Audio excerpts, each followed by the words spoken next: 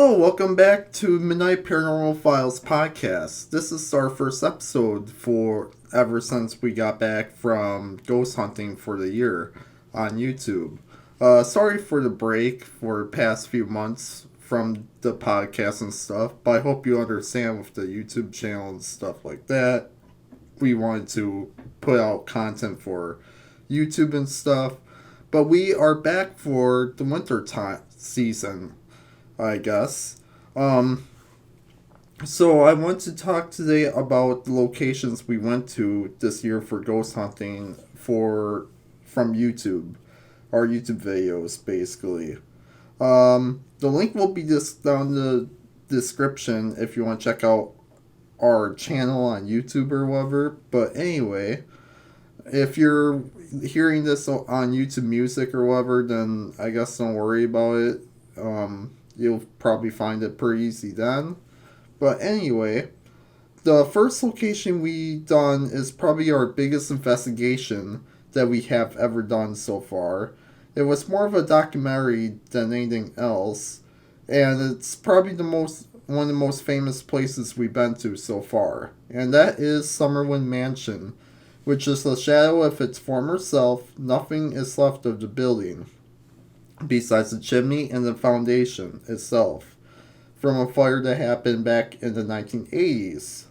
And two lightning strikes took down the mansion, basically burnt it down to basically what it is today. And the story of the mansion is pretty deep, and that's why I decided to make a documentary out of it. And at the end of the video, we did do a little investigation. The crazy part about the investigation is that we have EMF readers. They went off as soon as I said to turn the EMF to the red, and it done that just like a light switch almost, which I never came across that before doing ghost hunting before in the past. Um, but yeah, there wasn't a lot of other stuff that really happened to us that night besides that. And it was also difficult to do any investigations or whatever because there were like 15 other people there. It was like a public event type of thing for inviting people to this. But anyway, that's why I wanted to talk about one of the places. The next location we went to this year, we got really lucky getting into this one. Okay. The our place we got really lucky, like what I said before. I'm actually with CJ, one of the new members. We got two new members to start out with, and we went to historical Point Bast to the Wakely House, which was our coolest location we went to so far. It's supposed to be one of the oldest houses that's still standing in Wisconsin, or one of the oldest houses. It was built in the 1840s, I think 41 or 42. Anyways, we got quite a few things happen to us in this place, like either our equipment malfunction or that it was a spirit we heard that with weird voices. Things we heard weird voices from the camera. Kaylin's went all static and heard the weird voice or whatever. The EMF went off a few times, but nothing too big. One of the new members, CJ, you want to say they sensed that little girl? I sensed the little girl, and I've also seen a little bit of her. Yeah, which I got heard about it, but I don't know where she came from to begin with. I don't know. So that's basically a little bit of the Wakely House. We'll probably do a separate video on or separate episode about it down the road. After that, we went to our normal spots, haunted roads, Buffalo Ridge Road. You want to say what happened there? Um, Recap on it. Really, I don't remember anything really. You saw the person out in the woods, right by the woods, remember? Oh yeah, I kind of don't remember that one, but I'll read out loud what I got for my notes. Uh, we went to Buffalo Ridge Road, and where someone hanged their family there or whatever, and CJ saw an art figure that we caught more stuff. We caught more stuff than we originally thought we had. The forest on this road was looking, really creepy looking. But there was some stuff that happened, but most of it was pretty mild considering. oh, that yeah, I remember now. So, do you remember what happened exactly? I Uh, know we got a couple voices. I remember when I turned around in a corner of my eye, I seen a man standing, and as I got closer, it like faded away. Um, but it was cloudy, it was foggy, um, so there could have been a fog or it could have been a spirit. Um, we heard yelling. I remember that. Um, but overall, creepy location. Yeah, it is, especially the woods. Yeah, if we didn't have the lights, I don't think it could be there. The next location we went to is Mirrodine Boat Landing. We wanted to do it for so long. Had a rare opportunity to go there, check it out and stuff. I was pretty disappointed about this location, but they had hellhounds, or the lore says they had hellhounds there, and there have been, and that's happened anyway. Whatever the hellhounds are, people seen them, and her little girl called Mary Dean is said to haunt this boat landing. And this one car was there for the whole time, and on top of everything, the island across the river is said to hold the old town of Merdine. Nothing is really left of the old town because the ferry that took people back and forth ended up damaged and they abandoned the island basically. But it might be more haunted than the boat landing itself. Want to talk a little bit more about that night? That night was strange. Um, it's kind of weird. If you guys watch the video, um, we had like that little path we could get to the other side, and then it was just water, and then sand, then water. Um, I would say next time we definitely have to go to the island. Yeah. I am figuring out ways for us to be able to do that. Unless we can just get on the island. We just drove a lot of sand this time. It's probably gonna be a lot more sand next time. Um, overall, I think we had some stuff there. That's when for some reason, my spirit box went off that night. Yeah. When we were closing up everything, it just went off by itself, like completely on and onto channels, and so I would say there's more there than what we caught. Um, but more we go out to the island, I think we'll catch more. That's why I think too. Or something. Didn't you say you were there recently? Or no? No, I tried, but that plan failed. Okay. But I remember I did hear barking. We did at the boat landing. I remember that. Yeah, that too. I forgot to mention about that. Is that we heard barking and stuff. So do you want to move on to the next location? Yeah, let's do it. Concrete Park was the next location we did, and basically got debunked. Supposedly, the concrete figures moved by themselves. People heard noises like voices and stuff coming from the park at night, and shadowy figures have been seen. And we think cars have been a cause for the shadow figures, and the noises were acorns or other stuff besides. Stepping on them and stuff, and we didn't hear any talking, but people were at the bars nearby that night, so it was difficult. Didn't see any concrete figures move by themselves. besides their eyes. They look like they were moving. Yeah. Is there anything you want to talk about that more? Besides that's a cool location.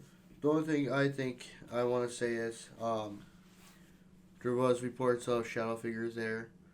When it's like right off a highway. Yes. So with vehicles passing by at night, flashing their lights, the the reflection from the statues will make them look like they're moving. Um, and it was like that when we were there. Um, with people talking, honestly, in my opinion, I feel like a drunk person went there, was talking to himself or to another drunk person, and that's where they got the voices from. Um, it kind of fits being really close to a bar. Um, overall, I think it's a good place. Um, we did catch stuff in the woods part of Country Park. They say that that's the haunted part. It's actually the woods part. Yeah, we actually did catch a lot in going towards the woods. And I remember. and at first we thought it was the concrete park itself. They said that it's woods Yeah. that's haunted. I don't know personally. Yeah, we did get a couple EMF reads. Believe we did the spirit box. I don't remember. Yeah, we did, but we didn't get much. Yeah.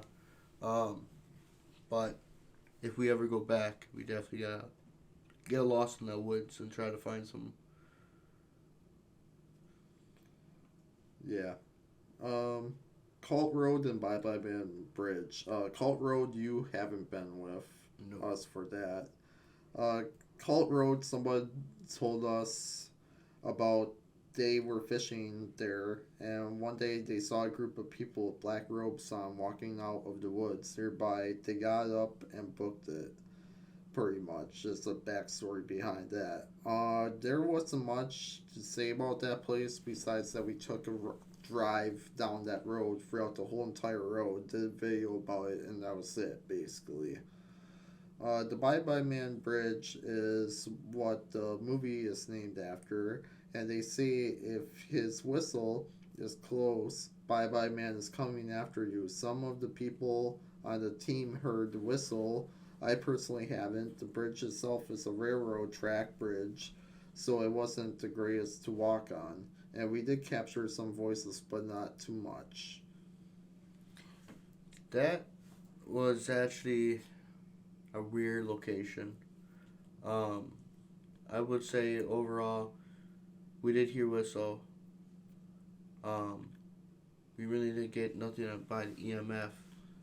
No. I don't even think we got anything from the spirit box either.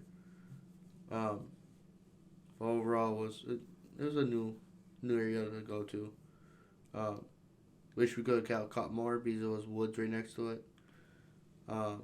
If I believe I'm correct, but I remember hearing the story about people washing up on that by that island, going towards the Bye Bye Man Bridge. So maybe we caught something from them. Maybe we could catch more, but overall, I think it was an okay spot. I didn't think it was that active No, at all. That was kind of like a bust. it Also, um, as Talon Park, that was just me and Warbear that day. We talked about this place before on the podcast, kinda. I think I don't remember, but this is a big historical site where there were these Aztec like pyramids at this park, dating back at least 1,000 years ago. One of the mounds is a burial site, and archaeologists have been researching this place in the past. We did check out this location in the daytime. We came to a conclusion that people were paranoid being caught for trespassing on this park at night, and that's why they got freaked out, thinking there's eyes following them and stuff. We didn't think it was haunted really. You weren't with us. So No. did you watch a video? I haven't had a chance to. Okay. I actually gonna do it after we're done here. but I did look up a little bit about it, and I did see a couple pictures. So Yeah, it's on one of the books I have in here, the Weird Wisconsin books. So yeah, that's how I first found out about that place, and it's supposedly haunted. I don't think it is at all. We didn't capture anything, but yeah, again, it's hard to capture stuff when you don't even speak the Native American language, which yeah. was, I don't remember what tribe that was. But anyway, I guess I could talk to Warbear about it when we do the interview with him. And the last location that we done, well, second to last location is TV Scott Mansion.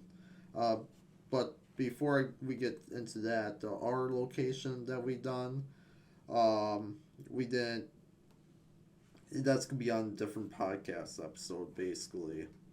Um, that's gonna be the Haunted Northwoods episode of the podcast, which should be coming up soon.